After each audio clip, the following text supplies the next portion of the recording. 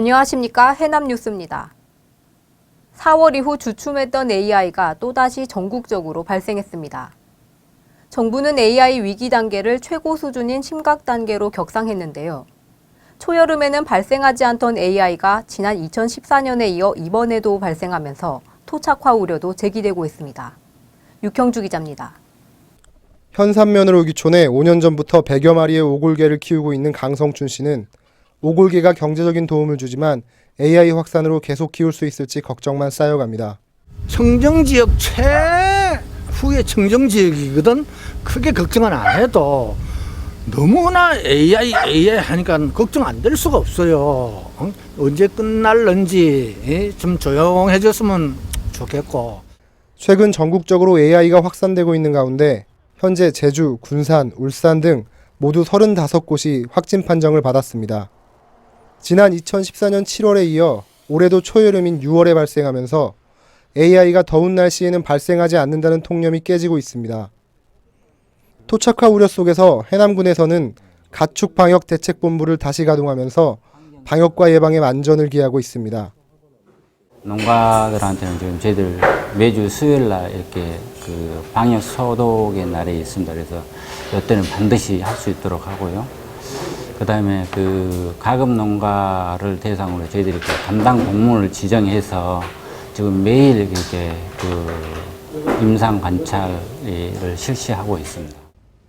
AI 발생 시 주변 농가까지 예방적 살처분이 진행돼 피해 농가가 늘 것으로 예상되는 만큼 앞으로 신규 농가 허가 시 거리 제한을 두는 등 해남군의 장기적 대책 연구가 필요해 보입니다. 해남방송 육형주입니다. 김영록 전 해남 완도진도 국회의원이 농림축산식품부 장관에 내정되면서 인사청문회를 통과하고 장관에 취임할 수 있을지에 대해 관심이 쏠리고 있습니다. 특히 해남 지역 국회의원을 역임했던 터라 지역의 농축산업에 대해 자세히 알고 있는 만큼 장관에 취임할 경우 해남 지역 발전에 좋은 영향을 미칠 것으로 기대되고 있습니다. 해남군이 최근 조직 진단을 실시해 업무 효율성을 높이기 위한 조직 개편에 들어갔습니다. 인구 감소 극복을 위한 인구정책팀과 재원 확충을 위한 세외 수입팀을 신설하고 행정지원과를 총무과로, 세무회계과를 재무과로 바꾸는 등 명칭 변경에 들어갑니다.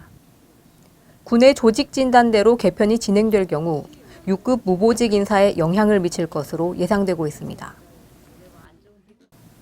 해남군이 고처남에 갈대 탐방로를 만든다며 30억 원으로 목재데크 설치 공사에 들어갔습니다. 그런데 지지대 역할을 하는 기초공사기법에 대해 논란이 커지면서 설계심사 부실은 물론 혈세 낭비 논란이 일고 있습니다. 이창섭 기자가 취재했습니다. 고처남 갈대 탐방로 공사 현장입니다. 수백여 개의 구멍이 뚫려 있고 구멍에 간간 파일을 박는 작업이 한창입니다. 앞으로 1km 구간에 2,300여 개의 구멍이 더 뚫리고 그 위에 목재 데크가 깔리게 됩니다. 그러나 이곳은 지하까지 대부분 점토와 뻘이어서 구멍을 먼저 뚫는 천공 작업이 불필요하고 게다가 염기가 많기 때문에 부식 우려가 있는 강간보다는 목재 파일을 썼어야 한다는 주장이 나오고 있습니다. 염에 약한 강파일을 썼고 또 그다음에 뭐 그 기초 그렇다고 해서 기초 깊이까지 닿는 것도 아니고 뻘 위에 둥둥 떠 있는 이런 방식의 시공을 했다는 것은 앞으로 저기 탐방로가 몇 년 못 가지 않아서 침하된다는 이야기입니다. 그리고 부실 수공으로 이어질 것이고. 순천 만과 용꽃습지에서 비슷한 공사를 이미 진행한 순천과 무안에서도 이해할 수 없다는 반응입니다. 이런 식으로 하는 것이 아니고 그냥 나무 기둥을 박는 거예요. 이런 형식은 보통 그 연합 지방을 개선하기 위해서 하는 것 같은데 저도 이런 식은 처음 봅니다. 해남군은 보다 안정성을 기하기 위해 이 같은 재질과 공법이 진행됐다고 해명하면서도 당시 설계를 맡았던 용역사와 시공사, 감리사 등을 상대로 어떤 문제점이나 보관이 있는지 파악에 나섰습니다. 해남방송 이창서입니다. 농촌 순회 무료 진료 행사가 문내농협에서 펼쳐졌습니다. NH농협생명과 서울대학교 병원 공공의료사업단이 함께한 이번 진료는 전문의와 의료진 35명이 참여해 주민 450여 명을 대상으로 진행됐습니다. 이날 진료와 검사뿐만 아니라 결과 안내와 처방, 건강 안내 서비스까지 제공돼 좋은 반응을 얻었습니다. 6.15 남북 공동선언을 기념하고 통일을 염원하는 축구대회가 우슬체육공원 축구구장에서 열렸습니다. 이번 대회에는 중고등부 총 30개 팀이 출전해 6.15 남북 공동선언의 의미를 되새기며 우정을 나누는 시간을 가졌습니다. 대회 결과 중등부에서는 해남제일중학교 오기오기팀, 고등부에서는 해남고와 해남공고 연합팀인 블랙스팀이 1위를 차지했습니다. 산이면사무소가 주민들이 자유롭게 이용할 수 있는 사랑방을 만들었습니다. 향후가 기증해온 책을 활용한 작은 도서관인데요. 지난 14일 책개비 사랑방이라는 이름으로 오픈식도 열렸습니다. 아이들의 웃음소리가 끊이지 않던 현장을 다녀왔습니다. 산이면사무소 옆에 자리한 책개비 사랑방 오픈식 날. 테이프를 커팅하는 아이와 주민, 공무원 모두 지역에 생긴 작은 도서관을 반깁니다. 도서관 가려면 버스 타고 옷까지 나가야 되는데 그러지 않아도 좋고 많이 이용할 것 같아요. 이 도서관은 서울에서 흑서점을 경영하는 김성수 향우가 기증해온 책으로 마련됐습니다. 화원면이 고향인 김성수 향우는 지난 10년간 해남 각 지역으로 책을 보내왔는데 이를 받은 산이면사무소 직원들이 힘을 모아 주민 누구나 자유롭게 이용할 수 있는 작은 도서관을 열었습니다. 버스를 기다리거나 누구를 기다릴 때 이 공간에 와서 집처럼 편한 마음으로 책도 내서 꺼내보고 물도 마시고 또 친구들하고 얘기도 할 수 있는 그런 공간으로 거듭났으면 좋겠습니다. 이날 오픈식에는 산이면 어린이집과 지역아동센터 아이들은 물론 인근 초중학생들 그리고 주민들이 방문해 자리를 빛냈으며 대나무 낚싯대를 활용한 인형 뽑기와 물풍선 던지기 등 다양한 부대 행사가 펼쳐졌습니다. 향후의 고향 사랑과 면사무소의 정성이 더해진 책개비 사랑방이 지역 주민의 소통과 화합의 장이 될 것으로 기대되고 있습니다. 해남방송 박수은입니다.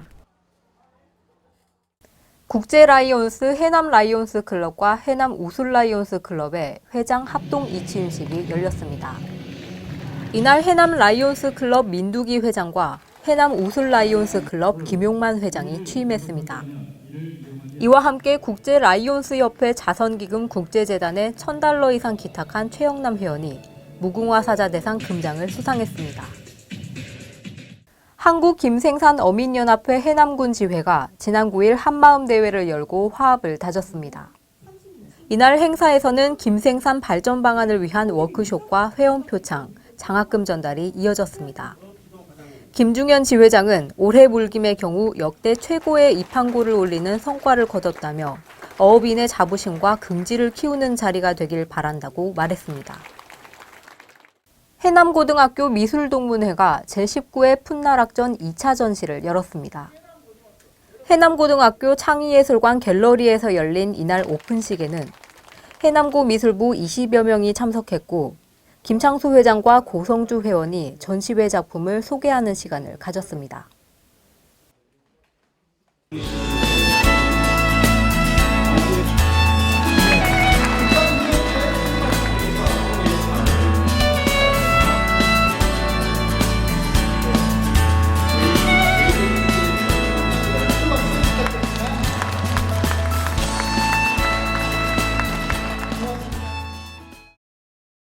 이상으로 뉴스를 모두 마칩니다. 시청해주신 여러분 고맙습니다.